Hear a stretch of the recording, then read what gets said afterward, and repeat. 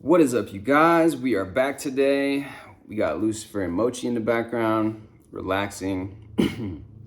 Anyways, guys, today, this video is reviewing a post from the Neville sub called Joyful Manifesting Despite Distractions, CPTSD and Toxicity / Narcissists. So here it is. I really wanted to change my life, but I had a lot of emotional distress. I had developed CPTSD and had to be around some pretty toxic people sometimes. So there were many distractions. I realized I no longer had a design for my own life because I was trapped in PTSD mode. This made me susceptible to the unpleasant imaginings of others, like feeling isolated or walking on eggshells. I needed to design a life of joy because everywhere I looked, I just saw pain. I began by using Neville's revision technique inspired by the story of a heartbroken woman on the train in the rain, the heartbroken woman, imagining her tears were simply the ocean mist while sailing. I would look at my environment to pretend they were something better. For example, I had 3 flights of stairs I'd take to my apartment that bothered me, so I began pretending that they were stairs of my own house and that I enjoyed climbing them. Several months later, after doing that every time I used the stairs, I found myself living in a house with several stories and loved the stairs. I'd never lived in a 3-story home before. This experiment also eliminated several toxic people from my life solely by focusing my heavenly coins on my desired pleasant revisions instead of what they desired. I would still have panic attacks, but I'd fit in these little revisions throughout every day to suspend the bleak thoughts and introduce better, more uplifting ones, even if it was just pretend. Also, when climbing the stairs and imagining I was in my house, it didn't always feel good in that sometimes it felt a bit emotionless. But to me, it was more about the commitment to a new, desirable perspective, which invariably altered my 3D. I was blown away at how accurate this was. It seemed impossible at the time, but I had nothing left to lose. I was doing it mainly to be in a more peaceful state, but it's a simple demonstration that our thoughts are very literal and heed our commands, being our emotional reactions to things. That time in my life was not fun, but I stayed faithful anyway. And I hope this can bring some reassurance to anyone who's going through any discomfort while manifesting it and to hold on no matter what. So the top comment is, I think I manifested this. I was going to ask if someone was able to manifest with CPTSD. I was great at manifesting and hit a slump and was wondering how to get out of it. So, excuse me. What I really like about this post that I haven't, I guess, heard a lot of people, I feel like people discuss this, but not in this way. And this person worded this very well because I've had a very similar experience where I have had really weird, kind of toxic, narcissistic traded people in my life before. It was so much, almost like a constant barrage of negativity and a barrage of what I didn't want to experience in my reality, that it was very difficult for me in those times to hold the faith, hold the image, hold the version of reality stably in my mind that I wanted reality to conform to when it's just completely getting attacked by all this negativity, toxicity all the time. And I know exactly what he's talking about when he says susceptible to the unpleasant imaginings of others. That is worded very, very well, because I think that what happens is if you start to lose momentum, let's say that you're manifesting, like in my situation, I had a roommate who was just super, super toxic. And I had already envisioned that I wasn't going to have a roommate. And it really literally passed the point of the time that it was supposed to happen. There was nobody that had moved in. I was like, my manifestation was already done and complete. They randomly moved this guy in after the move-in date, it was completely random and strange how it happened like that. And I was like, all right, well, I'm just gonna get along with the situation. I'm just gonna go with it. But like I said, he ended up being super toxic, and I felt like a loss of momentum in my manifesting power or in my ability to get reality to conform to my particular desire in that moment.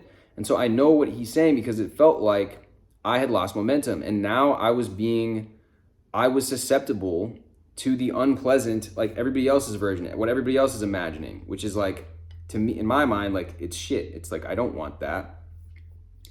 It's like everybody's negative expectations. They're like, now, like I feel, and I've done this exercise before. I had a mentor of mine that taught me this, and it's actually helped me out a lot in a lot of situations before where I'm feeling this very, like in an empathetic way, like having a lot of empathy. I'm feeling very weighed down and very constrained by everybody's version of me that they're imagining. So he told me when I told him about this, and it was in the context of, going up to people, being social in social settings, and me feeling as if everybody was looking at me and judging me, right?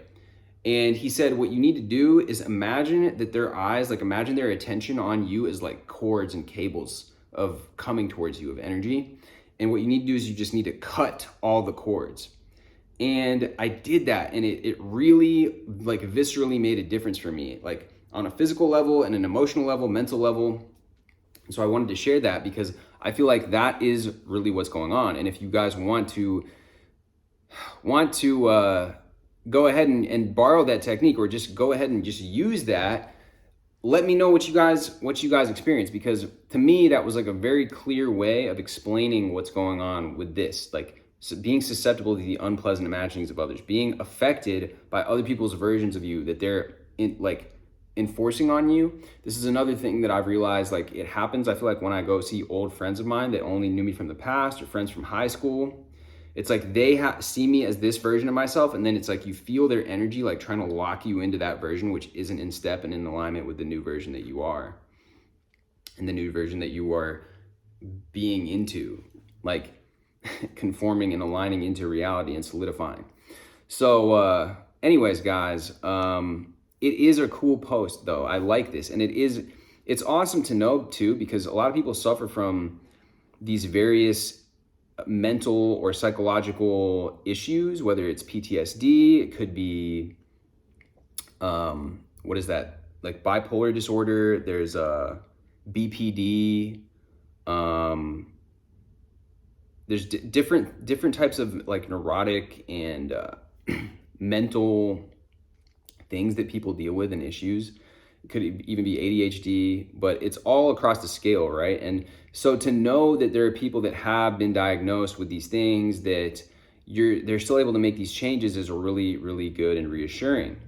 I don't like when people claim onto a thing, especially when it's a mental type of thing, and say, oh, well, I won't be able to do this because of this. I mean, I get where they're coming from. If you have a real disorder and a real thing, it may be harder, like the journey may be harder for you, but I don't like blanket, like the limiting belief or the blanket statement of saying, oh, because I have this thing that I won't be able to make this change, I won't be able to do this. You see examples all the time of people that are able to rise past even physical conditions to then achieve what everybody else said was impossible. So don't limit yourself by stating that, speaking it into existence, that you have this thing, this disorder or whatever it is, and that's preventing you from manifesting, from getting what you want, from getting the results that you want, any of that.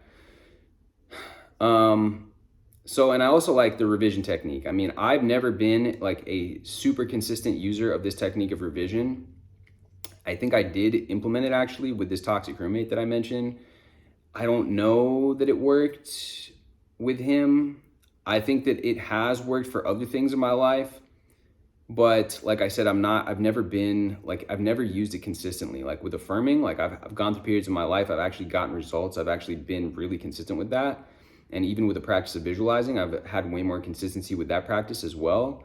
But with this particular thing of revision, this technique of revision, I haven't really been as consistent. So I don't feel like I have as much authority to speak on it.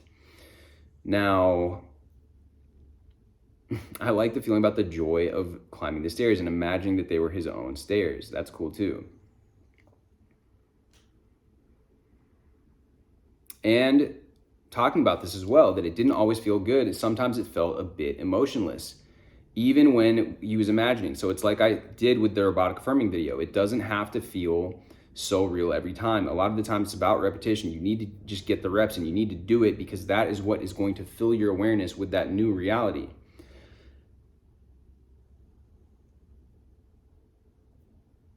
It was more about the commitment to a new desirable perspective, which invariably altered my 3D. And that is a very well put way of saying it too, of what I'm talking about, what we're both talking about. And this too, I was doing it mainly to be in a more peaceful state. It's just a simple demonstration that our thoughts are very literal and heed our commands. And that's great. That's great right there, because he wasn't doing it super attached. He wasn't doing it looking for the outcome, looking for the result, super attached to the result.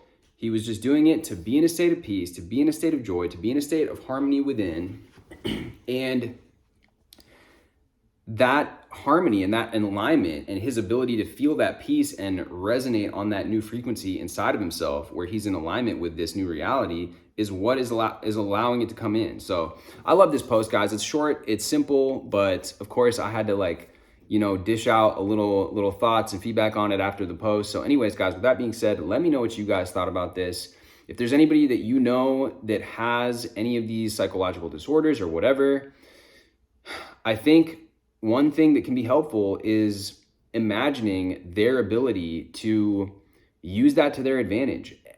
Everything, there's that quote from Napoleon Hill's book, Think and Grow Rich, but every disadvantage has the seed within it of an equivalent benefit, or every challenge, every obstacle, I think is the word that they use in that book, has the seed of an equivalent or greater benefit. So if you think about it like that, come from that angle, imagine it in that your family members, your loved ones are still, or if it's you, if you have a disorder yourself, imagine that you're able to use it to your advantage.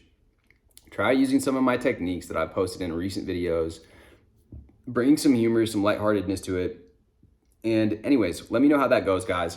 With that being said, much love. Drop me a like, drop me a comment, hit me with a subscribe, and we will see you guys in the next video.